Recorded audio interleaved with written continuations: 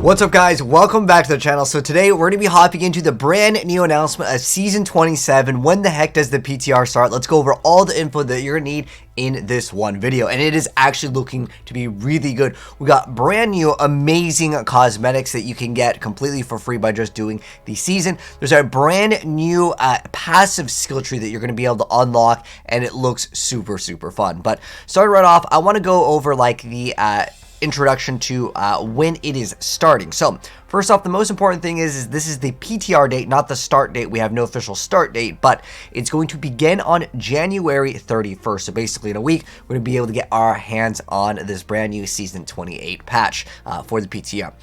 Now, in addition to that, I want to go over a brand new set as well. There's going to be a new set basically for Demon Hunter that completely reworks the Natalia set. It's a brand new trap-based set. So let's go ahead and hop right into the mechanics. So this is season 28. It's called the Rites of Sanctuary. So what is this new mechanic? So to go over the brand new mechanic, what happens is you're going to be getting a completely brand new tree called the Altar of Rites. You're going to start off on where it says A, and then you're going to work your way down. However, you can get all of them, but it's going to be in your benefit to access some a little bit earlier on. I'll tell you guys the best one to go ahead and actually go for.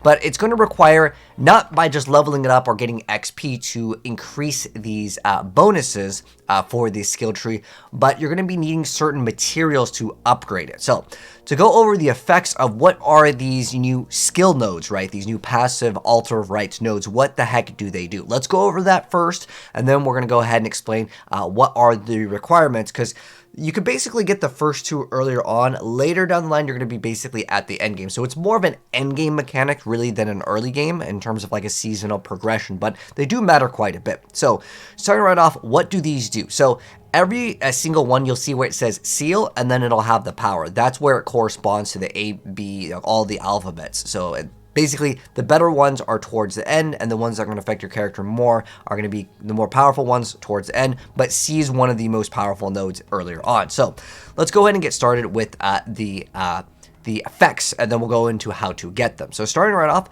on Seal A, our kill streak timer and duration and reward bonuses are doubled. That's fantastic if you're interested in doing that sort of leveling method. That's great. B, we have pools of reflection that last the entire season and are not removed by death. So it's going to make cow runs a little bit better, especially earlier on, considering they just last for the whole season. I guess you just get one, and you'll be good, because it says it lasts for the whole season. So I'm wondering if that means you just pick up one and you just have it in effect for the whole season, or if it still has its same like I guess XP amount. Then there's also C. C is one of the most important ones, which is items have no level requirement. Obviously, you use the Kanai's Cube recipe to go ahead and craft a legendary item, and then you can instantly just equip it. You don't have to throw it into the cube. So that's going to be really great for earlier on. Now, also D is a really good one as well. It gives you plus 200 damage. Not percent damage. That should be flat damage. Think of like a ruby inside of your weapon, which is massive for like leveling. That makes it so you can basically one-shot most of the targets in the game. And then we have missile damage reduction and movement speed uncapped, which means that it goes, I believe, over the 25 base limit that you have, with the exception of certain abilities that you'd activate that can further increase it. So that's really nice. And then you also have increase at damage by elites by 15%. And H is where it gets a little bit interesting. You get to pick up health globes, granting a shield for 5% of your maximum health for 7 seconds, and it has a stack of 5. This could be really good for wizards with the Ashnagar Blood Bracers, but there may be some other builds if you want to run like Molten Gizzard with, Squirt's Necklace. There's a lot of things that you can do that are kind of good, especially with Dodge for Squirt's Necklace as well. There's some melee damage reduction on I, and then J we have increases your highest elemental skill damage bonus by 10%. Then we have increased damage against elites by 20, 10% damage, double the amounts of Death's Breath that drop. This is great. This is one of my favorite ones on the entire the skill tree here. Its critical hits grant resource, mana 15, hatred 5, wrath 5, arcane power 3, fury 3, spirit 5, and essence 5. So this is really good, especially the essence. But it can open up the doors potentially for newer builds, not only earlier on in terms of like your progression before you get your 6-piece bonus, potentially, but more than likely you're going to have it at the start, because you're going to have your seasonal journey progression, right? For the Hadrig's Gift. So I think that this is still really, really good because, again, it opens up the doors for builds to have really, really fast resource generation. This could be good, especially if you play Barbarian, you play the build where you're supposed to build up your Fury, then you use the Boulder Toss to expend everything. There's a couple other builds. I think Meteor has a build where you're supposed to expend all of your like resource to do one big damage. There's probably a few other ones. There's like the Necromancer with the Skeletal Mages, right, where you use all of your resource. I think it's like a physical-based one. Really, really good stuff indeed, for sure. And then we have double the amount of bounty caches that drop from completing bounties. We have progress orbs from Nephilim and greater rifts are picked up automatically. That's great as well, just quality of life. Then we have reduces the damage taken from elites by 25%. We have plus 15% damage. We also have the gain immunity to crowd controlling effects permanently. So that's really, really amazing. And then we have passability. I'm guessing this is ignore unit collision if you've played with the Boots of Whisper. Illusory Boots is what it's called, actually. This is pretty awesome as well for survivability. And then also you have Pet Pick Up Death's Breath. This is a massive, massive change. They just added something that I think everyone wanted in the game. I've seen it on the forum so many times. Every single season people are like, can we have it on auto pickup please? And they're like, nope. But now we finally get auto pickup Death's Breath. This is basically one of the best changes I think Diablo has gotten that the community wanted for so long. So if you're excited about it, drop a like on this video because this is something that I wanted, just an auto pickup, because you know it just becomes redundant, right, at some point. Next up we have elite packs drop one more additional progress orb, so that's really good, especially if you're going to be running nemesis bracers.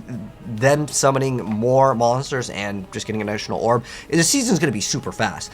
And then on top of that we have increased damage done by bosses by 25%, so that's like what's it, Bane of the Powerful, or Stricken also I think gives you that. And then we have pets pick up salvage, common, magic, and rare items. This is another one of those changes that I didn't actually expect this. So they pick up the items and they salvage them instantly. Now, what's interesting with this is, what if we get a transmog, right? Is it just going to salvage it at this point, though? I will take that. Maybe you can just unspec out of it, or just don't get it if you're looking for a very specific transmog for that season. Because I could see that being something where people complain about it, but for the most part, is definitely a W. Next up, this is massive, increasing your dodge chance by 15%. If you have like Barbarian, there's a certain shout that it gives you dodge percent, and then you also can get it from Wrath of Berserker, and then on top of that extra dodge chance thrown on Gogok Swiftness, you get a pretty decent amount of chance to dodge. So this can actually give you insane survivability depending on what class you may be playing. But either way, I believe you can get all of these powers. By the way, you don't really have to pick and choose. With the exception of earlier on, you will have to pick and choose, but some of these objectives to get a skill point for this new passive tree are not easy. I'll be making a guide that goes over how to get all of them, but we'll go over how to get them in a moment here. Let's finish this off. So next up, we have double the chance to find a legendary item purchased from Kadala. So that's actually a pretty nice thing to get as well. Next up, though, for Potion A, this is like towards like the final section of the tree. So these are like the big powers that we're kind of go ahead and access. So Potion AA, when you drink your health potion, you manifest one of 3 runic circles on the ground that grant increased damage, increased cooldown reduction, and increased resource cost reduction. I think we had a season that had basically the same mechanic as well. And then we have a Potion AB. When you drink your health potion, all enemies within 25 yards deal 25% less damage. So I guess for survivability, it would be a good thing to go for. And then AC, which is actually my favorite. When you drink your health potion, you gain a random shrine or pylon effect. This is absolutely massive. If we can throw in the Gloves of Worship and we also do a GR and it works with it, this could be huge. I'm really curious to see if this becomes like the ultimate meta. I mean, obviously rushing this would be great. And then I think instead of fishing for one of those like super rifts, we instead just try to get the very first potion that we activate is like a damage pylon or something like that. We could absolutely destroy the leaderboard rankings if you get really lucky with those pylon effects. Obviously, things like the Flavor of Time would get so much value out of just getting that effect. Again, Gloves of Worship, Flavor of Time would stack excellent with the Potion AC.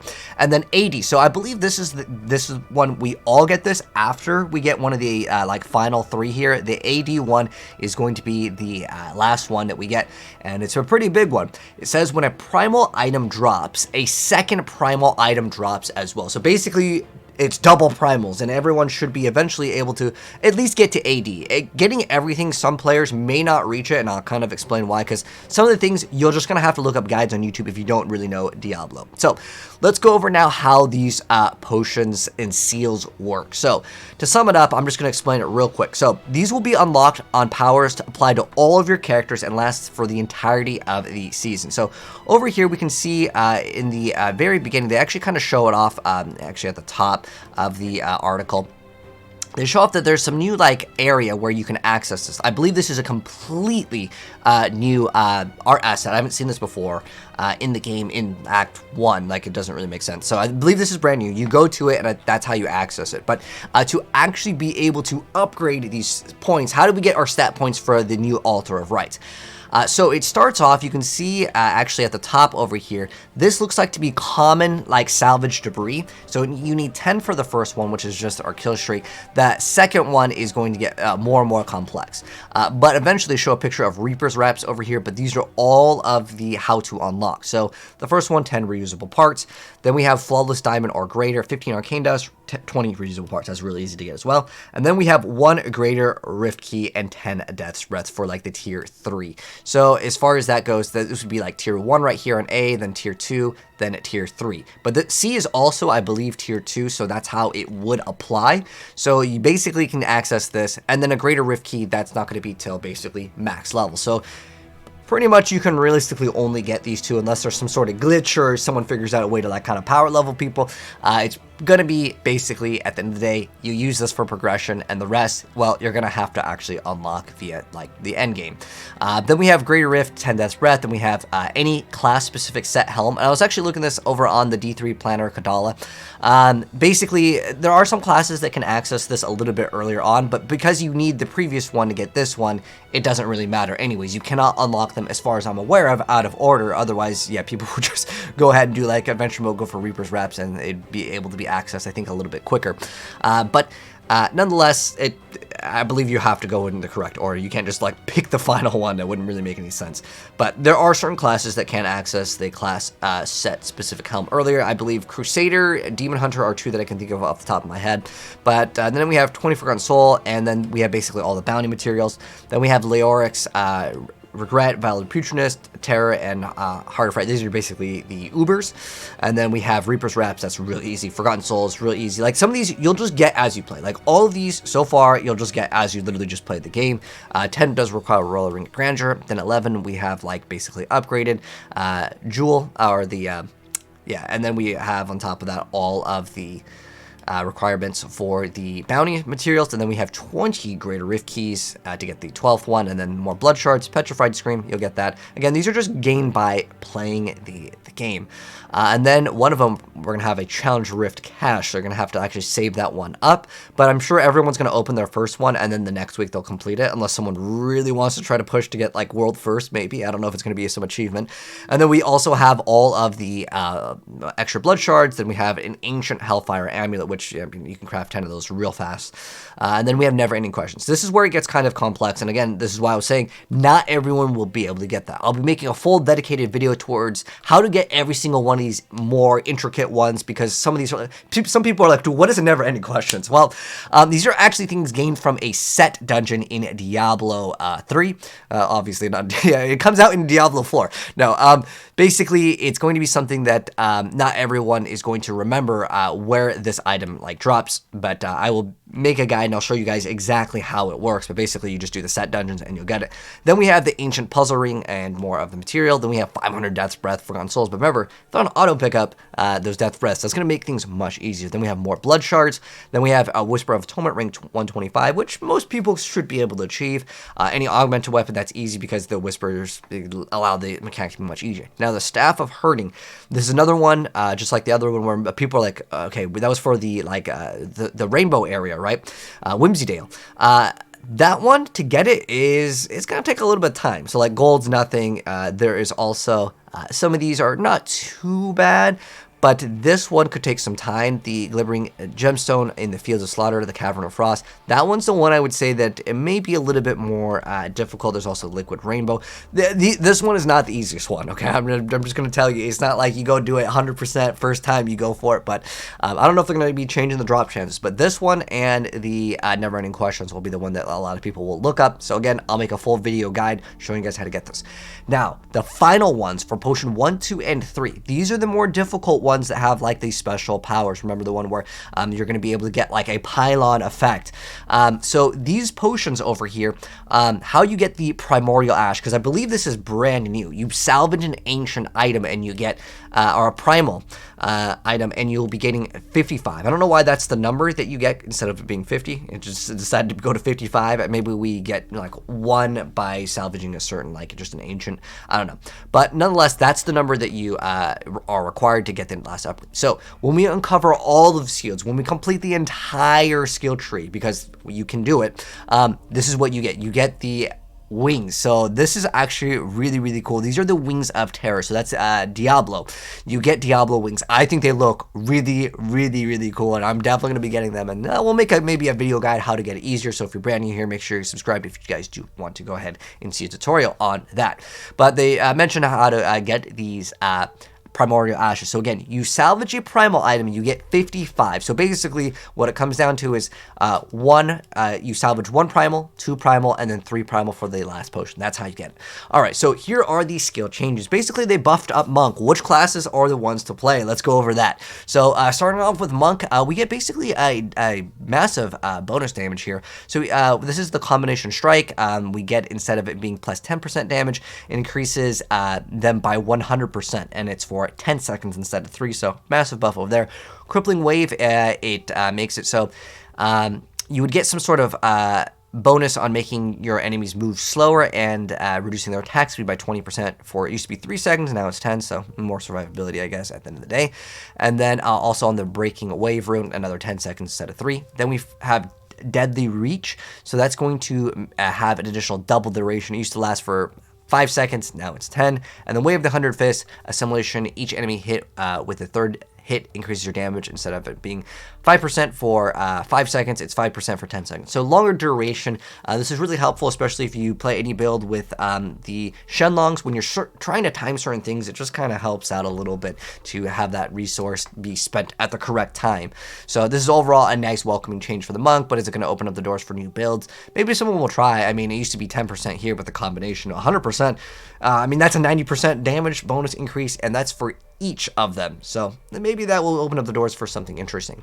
Next up, though, we have the Barbarian. So the Horde of 90 Savages just doubled the amount of damage per sec. Used to be 1,000, now it's 2,000. But here's we get into the brand new Demon Hunter set. And the reason why I say it's brand new, even though the name and the artwork is the same, it does not behave the same. It's a brand new set, effectively. So first off, the Channon Bolter is a legendary that used to make it so spike traps lure enemies to them. Enemies may be taunted once every 12 to 16 seconds. But now, our spike traps lure enemies to them and deal 150 to 200% increased damage. Enemies may be taunted once every 10 seconds. Now, that's basically to support the brand new build, because it's a trap build. So next up, we have the Demon's Demise. So it used to say the blast from spike trap will damage all enemies again after 1 second. Now, each blast from spike trap will damage all enemies again after 1 second and deals 150 to 200% increased damage. So that is a massive, massive change over there.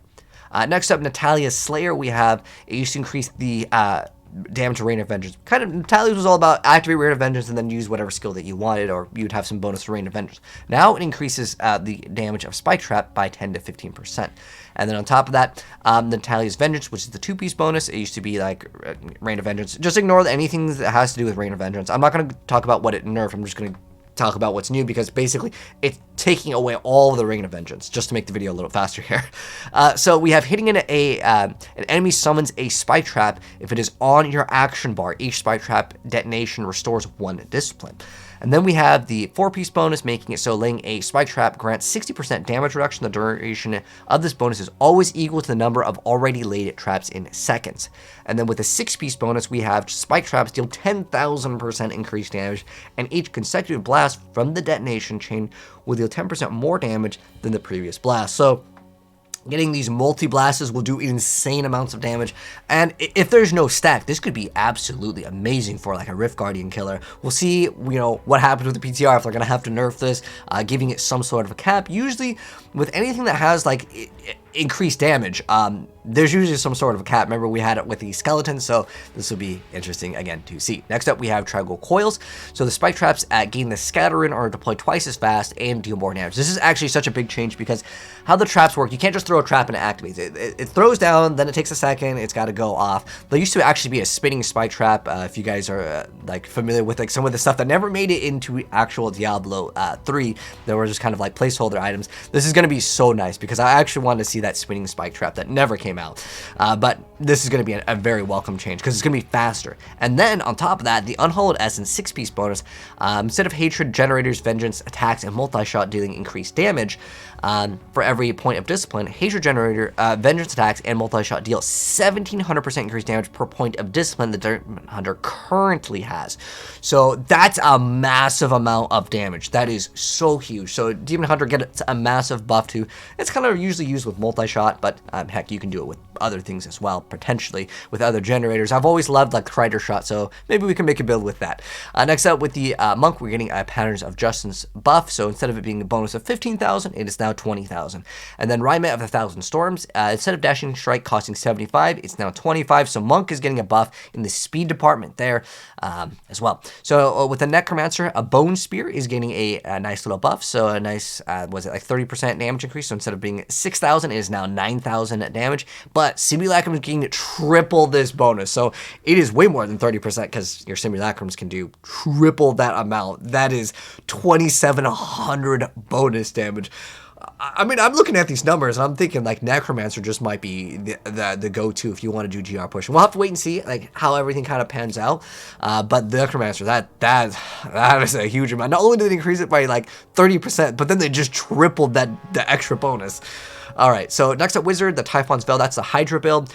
Basically doubled it. So instead of 2,000, it's now 4,000, and that's for each Hydra head, so that's going to be good. Now it talks about how to connect to the PTR, but yeah, that is going to be a really amazing patch. Thank you, Blizzard. This is probably one of the best Diablo like seasons we've ever gotten with a brand new skill tree, but I'll be showing you guys gameplay of the PTR when it comes out very soon. If you guys have any questions or any crazy ideas for builds using any of the newer things like the crit hit, you know, resource generation, I think there could be lots of new builds with that specifically, and again, like Gloves of Whispers are going to be, or Gloves of Whispers, the Gloves of Worship are going to be absolutely amazing for this season, I think, and if you could use it in a GR, it's going to be phenomenal. But thank you, like, it's looking like a really, really fun season. But anyways, if you guys enjoyed the video, drop a like on it if you want to see gameplay and you don't want to miss out on like the brand new mechanic, and I'll show you guys how to get all of the skill nodes later down the line when this season actually does drop. But anyways, thanks for tuning in, guys. I'll catch you in the next one. Have a good one, and I'm signing out. Peace. This season's gonna be good.